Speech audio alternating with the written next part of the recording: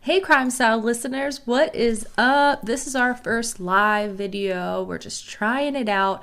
I'm Ashley, and with me always is Ricky. And we're so excited to give this a try. We have an amazing case that we want to cover.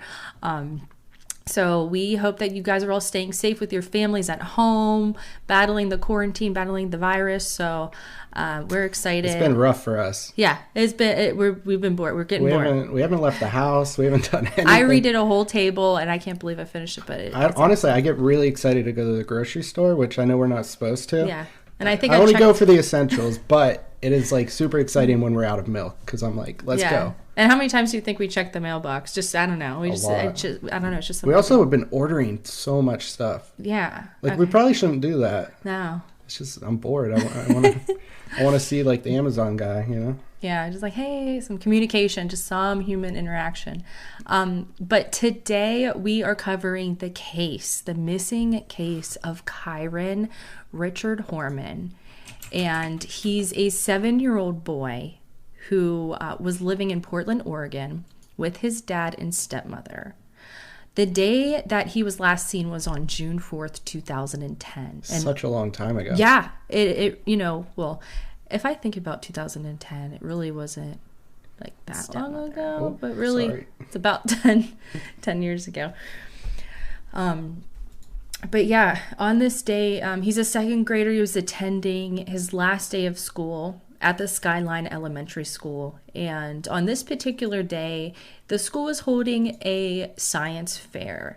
And I did see somewhere where they were also doing like a talent show and probably a few other things. So there was a lot of people, a lot of parents who were attending this as well with their children. And the science fair was actually before classes. So it started at, I believe it started at 8 a.m. And then their classes started at 10. So it was before school. And for the science fair, Kyron Horman actually did a project on the red-eyed tree frog, which he actually put a lot of work into it. And which for a 7-year-old, that's like a pretty cool project. Like, I kind of want to learn more about like what 7-year-old doesn't love, frogs, let alone tree frogs. So and he looks like, he looks like the type of kid that was probably really into this project. With like, bugs, frogs, anything like that at age 7. It was probably a fun thing to do with his family. But it's so sad that, this particular day was his last day that anyone has ever seen him. He just, like we said, just disappeared. And this actually sparked the largest ever search and rescue operation in Oregon. Since this investigation, it actually was a case that brought a new law to Oregon in 2011, which required all schools to notify the parents if their child has been absent. So like if you were a student when this happened, I know, I think I was in like 9th grade or something, like whenever I would be absent and I'd be like, why is the school calling? And then they would. I know. Well, I mean, I'm super old at this point, but even back then, like, I always got busted for that. Like, I would skip school or I didn't go to school for some reason. And, like, my mom would be calling me from work being like, hey, like, get to school. Yeah, like, you know? Well, you lived in a small school. It was kind of different for me. Yeah, but I guess it's a little different. Everyone knows everyone. But right. But this story is just so heartbreaking. It's a young boy. He just still hasn't been found to this day. And it's a continuing open investigation. His mom hopes every day, it will be the day that she finds Kyron. And we checked. I guess, that's not, it would be really hard with that amount of time to not just be like, oh, he's definitely, not with us anymore. Every single day. But I mean, it happens. Like we see cases, you just showed me a case not too long ago where it was an adult who saw himself like on a missing poster. Yeah. Which is crazy, but he could still be, and it's rare, but it could happen. Yeah, I mean, there's still hope that he's, alive, I guess. There is, and but there's definitely some suspicion to this case. There's definitely some foul play, suspicions, and like activity that the police are still investigating, and So along with this case, we also checked out the Facebook page. It's titled Kyron Horman's World Soldiers. There's over 49,000 people that are following, liking, sharing pictures of Kyron. This one here that you actually see is him standing in front of his red-eyed tree frog project, which you can see. I kind of want to point out just because I think it's cute. Like, even I remember making these like ourselves, even with our son, like having like the shoebox and actually gluing the little leaves and everything. Like, I just love it. Like, and you can tell here, like, there's little frogs like kind of hiding in the bushes. Like, it's just such a cool fun little thing. Project to do. He looks like he's in his classroom too. So this particular picture was actually taken by his stepmother, or some people call her the step monster, Terry Horman. She was able to attend his science fair. His father was actually working on this day. His biological mother was not in this area. She actually was living 4.5 hours away from Portland, Oregon. So a little background about Kyron's family situation. Kyron was living with his dad, Kane, and stepmother, Terry.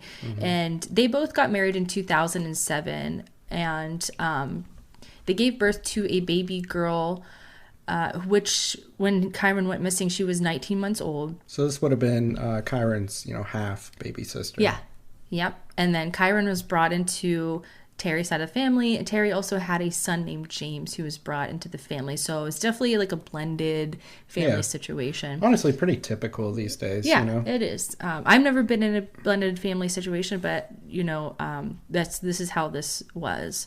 Kyron's biological mom, her name was Desiree Young, and she tried to be in the picture as much as possible. They actually, Kane is the father, Desiree is the biological mother. So they actually got a divorce while she was pregnant with Kyron. So the two, they were actually got a divorce while she was still pregnant. And whenever he was born, they both shared custody. And eventually Kane took over full custody of Kyron in 2004. After Desiree, she actually got very ill with kidney failure. Kidney failure. Yeah, and she was spending a lot of time in the hospital, so she wasn't able to see him as much as she liked. So I thought this was interesting because when you were first showing me this case, I was I guess I was thinking the wrong thing, but I was assuming, okay, the mom doesn't have custody of Kyron, like maybe there's some issues there. But that wasn't the case at all. They split up before Kyron was even born. A lot of times, like, it's really hard for like the mom not to have custody. Like, usually they either have to mess up or they just don't want the kid. And it really wasn't like that. This wasn't the case. Like, they loved their son. She loved her son just as much as everyone else. It was that type of situation. It was to have kidney failure. I don't even know much about that, but I could imagine like that was probably pretty rough. It takes up a lot of time, and you probably can't be there for him as much as you'd like to. Yeah, sad. But anyway, we'll go ahead and jump into the day Kyron went missing. So we painted the picture for the family, the family situation. The day was June 4th. He was 7 years old. He was a second grader. He dressed up in this CSI t-shirt on the day, wearing his glasses there. He's a cute boy. I love that shirt though. Yeah. Like, you can tell he loves science. So, yeah, he definitely looks like a science kid. And he was on his way to school. And like we said, they were doing a science fair. Terry was taking him along with their daughter, drove him to school. They arrived at the school around 8 a.m. And so they arrived at the science fair. Kyron walks up to his project. Terry takes a picture of him. This is the picture Terry took. Yeah, so this would have been the picture they took, right? Yeah. And like we said, this is the last known picture of him. This is the last time, like, it's been documented. So it's just like so sad. So the school was putting on the science fair, and then they were to start classes at 10 a.m. So Terry, she left the school and before she left, she saw Kyron walking to his classes. So, she saw him, walked, and she's walking into her truck, got in, took off, and ran a few errands. So that's the baseline of the story. But and it gets a little weird too, because, and we'll get into it, but she can't quite remember what she did that day. Yeah, which is strange. A little odd. The whole situation is just so odd. While she did the errand, she went to the grocery store. She did a few things. We'll talk more about her timeline. But, it was just a typical day. Everyone went on with their day as if it was normal. Her dad and stepmom came home from work and their errands. They're waiting at the bus stop for Kyron. And just like they normally would do, it was 3:30 p.m. The bus pulls up, but Kyron did not step off the bus. Which, that's such a scary thing. Yeah. Okay. I'm kind of thinking okay, if that were to happen, or maybe he's at school still. Maybe he missed the bus at school and, he's still there. Terry actually thought he was at school and was playing a game, which, okay, why would he be playing a game? But I guess it's one of those things too, because we've been in this situation, and God forbid it hasn't happened, but where our son didn't get off the bus right away. Yeah. He was he did actually. He was messing around in the back and missed his stop. Yeah. So it's that type of situation is so scary, and then it's oh my God. But then it always ends up okay. But in this type of situation, it's so it's crazy to me because it wasn't okay. He wasn't just in the back of the bus. He wasn't just at the school playing a game. And even though your mind crosses the worst case scenario, another side of your mind's kind of okay, well maybe he's probably just at school. He's probably let's figure out what happened. So what they do is they call the secretary. They call the school. The secretary picks up. Secretary says that Kyron has been absent all day. We never marked him as present in his, from his first class. He's never been here today. So, and to clarify, basically what happened is they had the science fair first, and then all of the students went off to that first class, their homeroom, and then the parents left. Yeah. So somewhere in between, Kyron never made it. Yeah. He never made it to that first class. So I'm kind of thinking between 8:45, whenever, that's the time that Terry said she left the school. From 8:45 to 10 o'clock was when classes started. They marked for attendance. So somewhere in between that time frame is where even investigators believe is where, Kyron went missing. Where did he go? We don't have proof. We don't know. But we'll go on with the story, and, you guys can also give your 2 cents as to what you think might have happened. And on this particular day, it's kind of weird because the school believed that Kyron was to have a doctor's appointment on this day. Terry notified the school days before and said that she was to take him to a doctor's appointment, but the school, so the school had that written down, but then Terry turns around and says that the school had this all confused. It was to be on June 11th, not the 4th. So they had this wrong. And if you're thinking what we were thinking, why didn't the school call them? That would be the reason. The dad was at school all day long, the dad was at work all day long and never got called that Kyron wasn't in. But in this situation, coincidentally, they wouldn't have called because it was written down in their records that Kyron had a doctor's appointment. And that's what they said. They're well, we assumed that he was at a doctor's appointment and he wasn't coming in. So even if anyone saw him, which, people did, they would just think, oh, he came to the science fair and then they went to the appointment. I mean, that's what they thought. And the thing is, this was the last day of school, so why would Terry even tell the school that the appointment was on the 11th? If the last day of school was the 4th, it wouldn't even be the school wouldn't even need to know that. Right. So I don't know where she would be getting that from. So the 4th was a Friday, the last day of school. So, her excuse here is well, no, I said next Friday. Yeah. Or something. So she's saying there's, a miscommunication here, but like we're saying, why would there be a miscommunication? There's no school next week. there shouldn't be like any confusion here. Right. So as soon as the secretary answers the phone, they go over the call that he's not there, he hasn't been there. I don't know what I would be thinking at that point as a parent. Like, I would be completely lost. But the secretary calls the police, and the police arrive at the elementary school, and the search starts immediately at 4:33 p.m.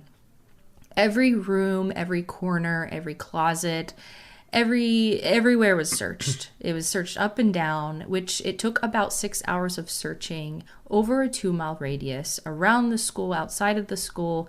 And this search actually extended to a 10-day search. And it was now June 12th. On June 12th, still no Kyron, still no sign. But the search continued. Around 300 trained rescuers were... That's a lot of people. Yeah. They were all trained. They're rescuers. They were searching on the ground, searching wooded areas near the school. There's actually an island near the school. It's actually in Oregon, like a rainforest. I'm not too familiar with the area. Yeah, I'm not too familiar with that either. But yeah, they said it's a rainforest in Oregon. Yeah, it is. Crazy. So, which looked beautiful, but I don't know how big it is. If you guys know, you can let us know. I didn't look up that much information about it, but the search was just all over the area. And then it extended to 1,300 searchers in Oregon, Washington, and California. A reward was even posted for $25,000, and then it expanded to $50,000 in late July 2010. The detectives were also searching, obviously, the Horman property. They wanted to search the belongings. Could they find anything suspicious as to like where he might have went? Like, was there anything kind of like alarming, like, obviously it's kind of weird because Terry was the last person to see Kyron. Right. So, she was definitely a suspicious target, like right off the bat. But at this point, everybody was cooperating, even Terry. Yeah. Yeah, everyone was cooperating. They really wanted to find him. It was scary. Mm-hmm. But they... So what they did was, with any case, they do like a press conference. At first, Kyron's parents didn't speak to the media. They were kind of hesitant. I mean, which a lot of people questioned them right off the bat. Yeah, like, why aren't they talking? Like, yeah, because a lot of times in these cases, you want to get out there. You want to, get it on the news because it reaches so many people. But they kind of like step back. Which, I mean, there's no right or wrong reason or answer as to how you would really react. I mean, this is traumatizing. I don't even know how I would react because it hasn't happened. So, they were most likely in shock at this point. So we can't really like blame them. But, obviously as us as like people looking from the outside in, we're like, oh, what's going on with that? They're suspicious. Yeah. But weeks later, Kyron's mother, Desiree, and Kyron's father, Kane, and stepmother, they took the podium together and they dressed in these shirts that said Kyron is missing, with the details of I think it's the second one, Ricky. Is it? Yeah. There we go. So this is the picture. There's also a video if you go online and search like the video up. So from the left is Desiree's significant other. I'm not sure if they were married. I'm not sure if they were and then dating. Desiree's there with her arms crossed. This is the biological mother. Yeah, the red-haired lady is Terry. Also known as the evil redhead by some people in the media. The step monster. Or step monster, right. And then Kane is comforting Terry. So one thing about this picture that's really interesting, though, and I think it's important, is that right here, like, you can tell everybody's kind of in this together still. Like, no one's really pointing fingers. No one's really turned on each other. It's very much for people who want to find the missing child. Right. But what points out to you the most in this picture? Like, it pointed out to me, and I'm like, I don't know. Like, what points out to you the most? To me, and correct me, but to me, it's just this... And it's hard to say because she was with Kyron his whole life, but she seems like the most distraught out of all of them. Like, in my eyes, like, because I know this case and we've been looking at it. Like putting on a show. Like, yeah, like dramatic. Like, Like, it's about her. Like, I don't know. It's Maybe like I'm just being a jerk. Yeah, it's like poor Terry at this point. Yeah, it is. This is like poor Terry. But she has so much, like, we'll talk more about it, but she's just not a very good person, I believe. Maybe I'm wrong. But we'll let you guys also be the judge with that. Now, obviously, with this kind of case, they do a polygraph test. Both Kyron's mother and father took the polygraph test. They both passed the first time. However, Terry, she's the stepmom who failed on her first try. And on the second try, she actually walked out because she said it wasn't being administered properly. She felt like, they weren't doing it the right way. And on the third time, she failed. So, they always say, like, polygraphs, you shouldn't take one because you might be nervous or you might be... Sometimes it can incriminate you. Yeah, it can, but... And they're not held up. You can't, be held up in court of law or anything like that. You can't really do anything. It's dismissible. The only thing that it did do was make her a very suspicious person, like, But it's also odd that everyone else passed. Everyone passed. Yeah. So Terry did not pass. She failed twice in the... that second time she actually walked out. She blamed it on the fact that she has hearing loss in her left ear. And while they were doing the test, the person who was taking the test was sitting, like, behind her. Coincidentally. Yeah, close on the left to side. her ear to try to... Well, it was actually on her right side to or try on the to, right like, side, sorry. talk into her ear. And she, I guess, like, reads lips. But who knows? Who really knows? I don't know. But basically she was saying that being that it was like that, she couldn't hear him well, she couldn't read his lips, so it would have made uncertainty, and then it would have showed her as maybe like it jumping or she was lying. It's kind of weird, but like something that we did look up because we wanted to figure out how polygraphs work. Like for me it's one of those things that we hear about all the time, but I wanted to kind of know. But like during the whole procedure, they actually review the questions beforehand, and they make sure that you have a very good understanding. Yeah. And then at the beginning, they even ask you like a very simple, like, is your name Terry? Just to kind of like... Yeah, just to set like a, and so this confusion, we can't really say, oh no, she wasn't confused, but why would she be? Yeah. Honestly. Well, she kind of also said too that she was... like she didn't eat and she didn't sleep very well. I mean, it's a definitely stressful situation. We can't really rely on the polygraph test, but it's definitely a suspicious act. Yeah. But this is kind of just like the first of many things that make her suspicious. Yeah, right.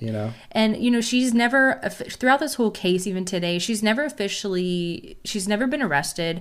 She's never been named a suspect. However, she's kind of always remained a person of interest.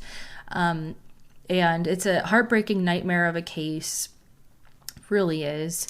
On the outside, she's not, a suspect, but like, how could she not be the number one suspect? Like on the inside, they're just not saying it out loud. Yeah. And then the two, Kane and Terry, they actually were having a difficult marriage towards around this time. Things were falling apart. Things weren't going very well. So, that's just another thing to add. Like they, both had children from different marriages, and things just weren't working out between them. So something to think about. And even Kane even said, he never would suspect her to do anything. But now at like this point, looking into their marriage, into their past, he kind of feels like, she had more, like something to do with this. Definitely. Desiree also thinks she is 100% responsible. The family believes that. But at this point, there's like, they don't have like any proof, which is just crazy. So we'll go into Terry's side of the story. Terry's statements to the police indicate that she stopped at 2 different grocery stores after leaving the school. She stopped at 2 different grocery stores to get medicine for her daughter who had an earache. So after that, she said she was driving around the town trying to soothe her earache with the motion of the car. And then she went to the gym. Which brings up some questions right away. Yeah.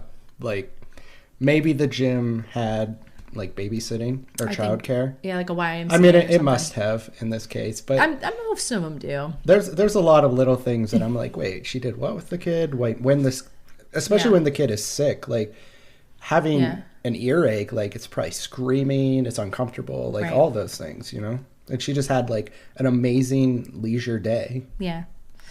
And it's interesting because investigators have this theory that they believe that, like Terry did something to Kyron during this time that she's saying that she went to the store, that she was driving around, because they don't have proof of her actual timeline. They don't have surveillance footage of her walking into the store. They don't have, the owner was there. The owner said she never seen Terry or this lady walking into the store. So there's definitely like some questions and eyebrows raised. They do believe that she did actually go to the gym, and she went there she says that she went there for about an hour. We're going to take a quick break here to tell you about BetterHelp. BetterHelp is an online service that I personally use for my mental health. They provide a number of professional licensed counselors who specialize in all situations that may be interfering with your happiness. It's seriously my personal outlet to get my mind right. It's affordable. It's so convenient. I decided to give BetterHelp a shot when I was going through a very anxious part of my life. So I just signed up and I was matched with an amazing counselor who was so willing to talk with me right away. We actually set up a video chat later in the week to catch up. We are all so busy. Give yourself the care that you need today. Start living a happier life. As a listener, you'll get 10% off your first month by visiting betterhelp.com/crimesalad. Join over 800,000 people taking charge of their mental health. Again, that's BetterHelp, HELP.com/crimesalad. And after the gym, she headed home. She'd go wait for Kyron as he was supposed to come off the bus. But the whole time that she was gone, it was actually like a 3-hour window when Terry leaves the school at 8:45, and she does like her errands. She leaves the gym at about 11:39. So her timeline is really all over the place. She actually says a few different things, while investigators are asking her, like, can you go over that one more time? There was even a time where she said, maybe I was at a craft store. Maybe I went to a coffee shop. Which is perfect in her situation, though. Maybe she did. I don't know. Yeah, and there's no way to say she doesn't or does believe. But what's interesting is whenever police ping her cell phone location, she went to a place that she'd never mentioned. And this location was actually in this wooded area. What are you doing in a wooded area? Like, you're... Not to mention, wouldn't you remember being in a weird wooded area? Yeah, never mentioned it at all. But her cell phone pinged this location, and of course, we'll get more into that. That's where police did a heavy search, on that. But, she always comes up with like different versions of her timeline at this point. The police are just asking. She's working with police, but even people that knew Terry, she wasn't very approachable. She wasn't very like a kind person. So I'm sure that she kind of like was a little bit defiant. Yeah. And she, along with this questioning, she says that she saw Kyron with a man chaperone and 2 girls when she was leaving. So she added that in there kind of like after the fact that she tells her story, blah, blah, blah. Mm-hmm. And things just weren't adding up for the investigators. How don't you know like where you were exactly, especially on a day where your stepson just goes completely missing? And Desiree also brings this to the table where she says that she remembers everything that she did that day, like what she ate, where she was, like everything. So, which I believe, like it's a big day. Like there's some things that happened in my past that were much less traumatic, and I remember like everything about that day. Yeah, it's crazy. That's true love right there. If her, it's just the extreme love from Kyron's mom that I keep seeing like in all these videos is just so intense. It really is. Yeah. But there's something very, very interesting with this case. Along with this investigation, another person of interest comes into play. Her name is Dee Dee Spicer. Dee Dee is Terry's best friend, and it never really was released as to how Dee Dee actually came into this case, or came into like a suspicious role in this case. But Dee Dee was in Terry's personal circle for sure. It alarmed investigators when they found out the day that Kyron went missing, Dee Dee was working on a landscaping job, and during it, she just abruptly left. And this was all while she was at the client's house. And the client couldn't get a hold of her at all. Couldn't get a hold of her. She, for how many hours? I believe it was 90 minutes 90 minutes. Yeah. I mean, that's a long time, especially if you just like disappeared. It wasn't like a normal break. Didn't say anything, just left. And the client, was calling, texting her cell phone, just never answered. But what she did was she eventually came back to the house, continued where she left off, working on the landscaping job. And conveniently, though, the time that she went missing was that 3 hour, in between that 3 hour gap that Terry was, she has no idea where she was. So the investigators are kind of thinking, like, what about this Dee Dee? Is she a part of this? Like, yeah, like could Terry have like called her for help? Yeah. And she just abruptly left what she was doing, helped her, and came back like nothing ever happened. Mm-hmm. And investigators also have proof that Dee Dee was giving her advice as to how to handle different situations about this case, which is kind of funny. And with some of that advice also, you could slowly start to feel Terry just like taking a step back. Yeah. She's no longer like cooperating with the police. Mm-hmm. She actually lawyered up pretty quickly. Yep. And honestly, like, I understand that, eyes are speculating, towards your involvement, but I mean, your best interest is to find this kid, and all of a sudden you're going to shut off and not tell the police any more information. Yeah. Like, I don't know. It's kind of a weird situation. Yeah. And if Dee Dee was Terry's best friend, you think that she would have something to say. She never had anything to say. Or an alibi. Yeah. Like, what was she doing in those 90 minutes?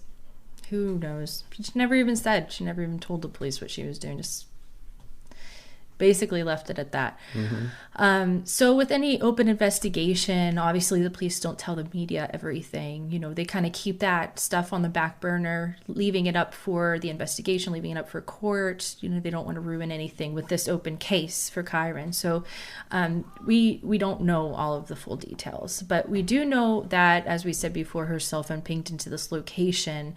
It was a wooded location area where Desiree was actually able to bring on a canine search team with their volunteers.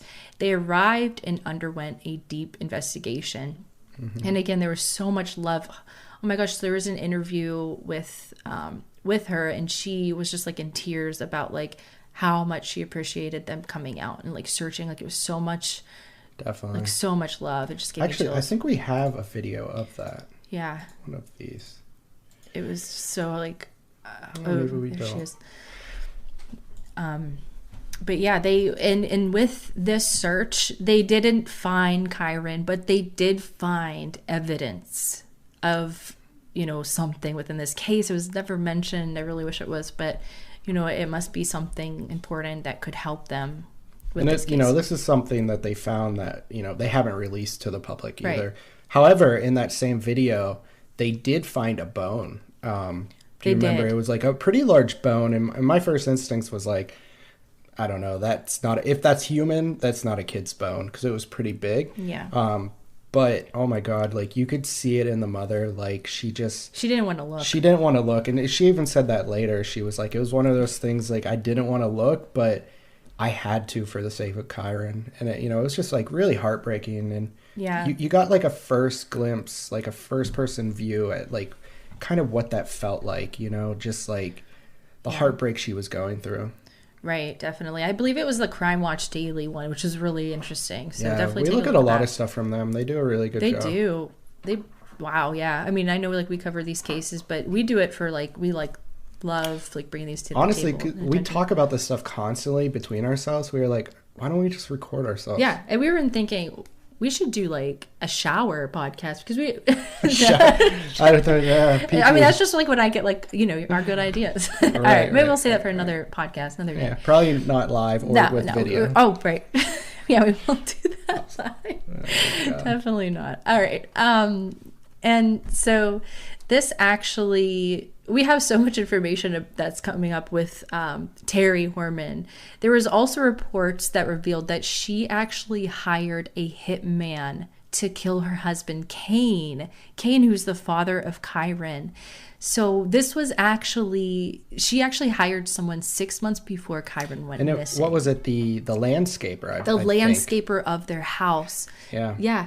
And he actually came to police and said, I think they questioned him originally, and then he came back later and said, hey, like, this did happen. Yeah. Which is nuts. Yeah. Like why isn't she arrested at this point? Why? Like, it's just... People get arrested for far less. Yeah, like, what, Joe Exotic? He got arrested for what? Like, murder for hire. Murder for hire. Why? He also killed a bunch of tiger cubs, which is terrible. That was probably part of it, but still, 22 years. Yeah. Like, 22 years. Yeah, so anyway. I don't know. After Cain heard about this, which would be extremely scary, he automatically had complete suspicion that she did something to Kyron. I think anybody would. They just felt it, I think. Yeah, absolutely. And then, so Cain actually left her on June 26th after learning the investigators told him what she was up to. He filed for divorce, obtained a restraining order against Terry, and gained full custody of their daughter that they had together. And after this, Cain also believes that she attempted, to kidnap their 20-month-old. Oh, I'm sorry. She attempted to do something to Cain, and also she attempted to kidnap their daughter, who was 20 months old, while he was at the gym. So he believes that another that thing that's nuts here is kind of looking at Dee Dee, because once they divorced, she moved in with Dee Dee. Dee Dee was like there for her, which, I mean, a best friend should be. But in this situation, we know that Dee Dee was like a really bad influence. Very. And that's, I think, the more time with Dee Dee, the worse things actually kind of get, know? So I don't know. Maybe she's very well like influenced by Dee Dee. We don't really know, but it kind of feels that way. It does. But that's not all that Terry did. She also had a criminal background. She, like I said, in 1990, she was accused of another murder for hire plot. She was with her boyfriend at the time named Sean, and the two were 20 and 18. They got some Chinese food and they were sitting down at the park to eat when a strange man came out of the bushes, approached them with a gun. And even though no shots were fired, the man eventually ran off. Terry made a strange comment to Sean that Sean revealed to investigators, and she told him that the guy was here for him. Which is... What would you think? Why? Right. Why? Like, what is Sean? What is her plan in this? Right. Is there like an insurance thing going on? Like, what is her? I think motive? she just wants to get rid of people who are in her way, kind of. You know? And I like really I think he even said like the relationship wasn't that good. It was kind of like towards the end. Yeah. You know? So I kind of feel like she's like a spiteful person. Like, she does things out of spite. Like, kind of feeds off of that. Like, fire feels, Mm-hmm. something about her. But yeah, she did that, and then she did a interview with a bunch of people. The most recent one was actually with Dr. Phil, which do we have that? I believe I saw it whenever you were clicking around. Oh yeah, we do actually. So what was this? This was courtroom audio. Actually, we should play this one too, because there was some like courtroom audio that was kind of interesting, and this was Terry. Okay, go ahead and play that. Tell me why you want the name change. I decided that I wanted to start a new life under a new name. Any other reasons? No, sir. You have received some negative attention concerning the Kyron Horman case, and therefore you want to change your name. Is that a fair paraphrase? Mm-hmm. And tell me how it would help. To start over a new life with not having the stigma of Horman attached to it. In the end, the judge denied her. Which is like, I guess it goes both ways for me, because You know, like a lot of people know that name and they associate it with her, but at the same time, like it's just bizarre. Yeah. You know? And we all know, like, okay, this was broadcasted on Crime Watch and also recorded. Her last name is now her maiden name. She's going back to her maiden name, Moulton. But it's crazy, you know, she's trying to get away from the name Horman. Like, she's just trying to bury that past, like it never happened. Just put it behind her, move on with her life. You know, she is getting a lot of crap though from people, you know. Yeah, it's hard to like really say, you know, but to me it's like I'd want to plead my innocence, you know. I'd want to like help as much as I could. Like Right. I would want to prove like my innocence through my actions, not Right. kind of just like hiding away. But I mean, she is getting a divorce with Kane. It's kind of like, yeah. It's a rough patch in her and everybody's life. Absolutely. But, so, I mean, yeah, anyway, but, she did do this interview here with Dr. Phil. This face that you see here is basically the whole face the whole time. Very serious, very, you know, she's definitely standing her ground that she had absolutely nothing to do with This Kyron's is her. I'd like disappearance. to talk to the manager face. I'd like to speak with your manager. I am the manager. Okay, well then. I love Dr. Phil though. Like Yeah, I he was honestly do. interesting. Like I used to hate him and maybe I don't like him for the right reasons anymore, but like it's hilarious to me. Like, Really? Yeah. I mean, he's really good at what he does. He's actually very, you know, he gets people to come out, you know, to, I don't know, you see tons of things on there. But he does a great job at what he does. So what this video kind of talks about is kind of these weird text messages that she had, you know, kind of sexual, honestly, you know, just very recently after about the that. divorce, you know, and not only that, but days after, you know, Kyron went missing, where like, I don't know, like we days said before, after. everybody deals with stuff differently. It's so hard to like say you should act like this, but that stuff should be like in the back of your mind, in my opinion. Right. But yeah, so she meets up with this guy and she's having like, you know, she's just moving on with her life right off the bat, like starting off fresh. It's pretty crazy. You're posting on Facebook a few days afterwards with things that some people were critical of. For example, saying, hitting the gym tomorrow, I didn't get home until 8 p.m. tonight. This is 4 days after Kyron Just life as usual. has gone missing. At this point, you don't know if he is been kidnapped and is being raped and tortured, is lying dead and cold in a ditch. You don't know what is going on.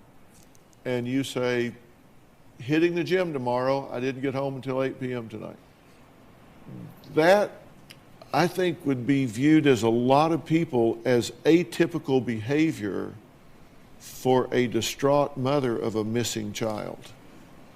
Well, that would be because the law enforcement told us to told us to do things that we normally do. So they want you to Touch the go nose. grocery shopping. They want you to go to the gym. They actually specifically told both Kane and I, and he was with me that day when we went. Did they tell you to sext with someone 26 days afterwards? No. I love his sarcasm is so serious. Because I found this really strange behavior, and I have to tell you, I have a hard time squaring this up, and I have to say, I took out, there were many of these that I just simply, FCC can't put up, and I'm only putting your side up here, but you're texting with a man, and you say, whatever, like I'm going to get any ever again. I don't know how she says Tell Jason Statham I'm available for whatever.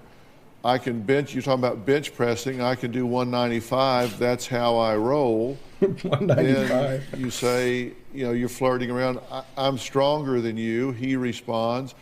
You say, we need to arm wrestle. Meanwhile, just know I can take you down. I won't hurt you, though. I'll pin you down and sit on you. What is this I take it happening? you're attracted to me. Like, okay, How I is this didn't sexual? want to ravish you or anything. She might Insert be into evil that sort of grin with thing. latex. She's very Oops, dominant. Did I say that out loud? if you didn't have your son tonight, I would show you what I think of you. I may have to clear it with the boss. We talked about hiring this defense lawyer extraordinaire. You're toast, beware. Grin, going to bed, underwear and tank top. Think about that. Do you want to pick? Then you send a photo and she say, that's smiled. Only the left one. I quote unquote aim to please. Did you want something bigger? Another photo. I mean, it gets much more graphic. So that's humiliating, though. We're talking not 3 weeks that your son has been missing. And not 2 weeks into it, this is what Kane's doing with somebody else. Yeah. Well, I'm talking about you as a mother. Exactly. Kane's not here. He's been here. You're here. I'm asking you, you're a mother with a missing child. Trying to deflect. This was in retaliation for something that he was doing that I found out about while this is happening. And this particular person was getting rid of Kyron retaliation? Friend and sent to the house. So this was a setup. I'm saying this person came to the house. He was Kane's friend.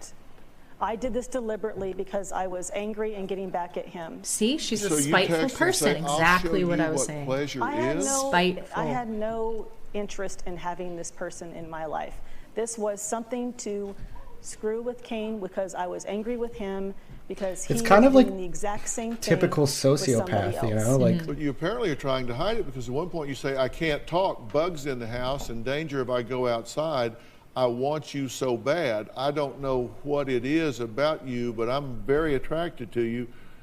Give me 15 minutes and I will make you moan. Okay. I mean, and you're saying... So as you can see, like, you guys can watch more of that. It's pretty interesting. But you get the idea. Kind of getting back serious, because it's like, that stuff's kind of like, it's funny, you know, because it's just ridiculous. Right. But... I mean, getting a little more serious. Yeah. And I mean, like, what, when you look, I was talking to Ricky about this whenever we were talking about the case. What I kind of feel like happened, and I don't know if this was anywhere, I just kind of like thought of it. I'm just like, well, I just wrote a couple notes down. But what kind of makes me wonder is maybe she didn't really do anything physically to Kyron. What if she actually hired someone, just like she did in the past here, to kidnap him or murder him or do something where she wasn't actually doing anything, like, you know, I mean, she's a delegator. Yeah. Like, you can see it in her history, the murder for hires and everything like that. So it's like whenever she's being questioned, like, what did you do that day? It's like, well, I didn't do it. Yeah. She kind of like takes it out of her memory. Like, I didn't do anything. But what if she did hire someone? Like, what if, you know, it's definitely a possibility. She obviously has connections and, like, people, you know, she's into this thing. And I really honestly believe it was all for spite because their marriage was going downhill. You know, maybe Kane was talking to someone and she just felt like she had to do something to get at him. Which, this is just extreme. And I can't believe this lady here is walking free in the streets. If she did do this, she's definitely a suspicious person. But she's, you know, it's scary that she's just like walking free, and she really is a danger to society. You know, the people that are around her now, like, do they really know, like, what she is possibly capable of? I mean, yeah, you're absolutely right. It's scary. You know, like, even people, like, other than this case, like, this happens all the time. You know, you don't really know someone. But on another note here, Kyron's family really hopes, like, every day they find Kyron. And just, like, you know, if you'd like to follow the Facebook page, there's a Facebook page where they're always posting pictures and things like that, which I do follow. And, you know, she's also made, the biological mom, Desiree, she's also made some posts that, you know, kind of like build up this hype that arrest was going to be made soon and some evidence was discovered. But it's been a few years even. So, like, I don't know if they're just holding on to information and they're not quite there yet, or if those things fell through. Yeah. You know, it's nuts. And I just really hope that, either they find their son or they get some answers. I really do. I couldn't imagine living like that. And the one thing is like, okay, you ask yourself, why hasn't she been arrested? They don't have proof. Like, they don't have physical proof that she actually did it. They have a suspicion, but there's nothing there that with, red tape that says, here's her fingerprints on this. They need to find more. They need to find the evidence. They need to find that. So they're always searching, they're keeping an eye out. They're keeping the lines open for any tips, and they're always following them. And there's always new tips coming in too. Yeah, exactly. So, it's crazy. It really is. Yeah. But so far, along with this investigation, Desiree is releasing a book soon. It's about her son, Kyron, and it's being sold on Amazon soon. It hasn't been released yet, but it's called Love You Forever. I'm sure it's a beautiful book, and it's written by Rebecca Morris. So if you'd like to learn more about the case, there's always the book that will be coming out soon. That's not it. But that's pretty much it. Was there anything else that you could think of to add? No, not really. It's a really sad case, and a lot of times we don't like to cover cases that don't really have like an ending. But in this one, like, and maybe it sounds cliche, but it's just like I'm so hopeful that they'll find some answers and just like really help that family out. I wish I could like go there and just like search and like be a part of that. Really and I mean, it's been so many years, but there's still time. There's still information out there that someone might know. Hope. That they can use anonymous hotlines. Like you can come to the police. You can let people know. And if they don't find him alive, at least they can build some closure for the family. Right. But this is our episode that we tried out live. Let us know what you guys think. It might be a little rocky. Hopefully we get better at this. But we definitely appreciate you guys always on our Instagram, always asking us and commenting on our pictures. We really love you. And, definitely follow us, like, comment, subscribe, whatever. All that stuff. The stuff. Instagram, Twitter, which, What else we got? Yeah. Instagram, Twitter, Facebook, obviously. We're going to share these on YouTube also. And we're still going to edit this down, I'm pretty sure. And we're going to put it on our podcast timeline, like our feed. So, you'll still be able, if you don't want to participate live, you don't want to do that stuff, you can still listen the way that you always did. Yeah. And make sure to tell your friends about Crime Salad and, just kind of keep this thing moving. Definitely. So we'll talk to you later. All right, guys. Bye. Are you kidding me? That was perfect. All the blood, all the pain.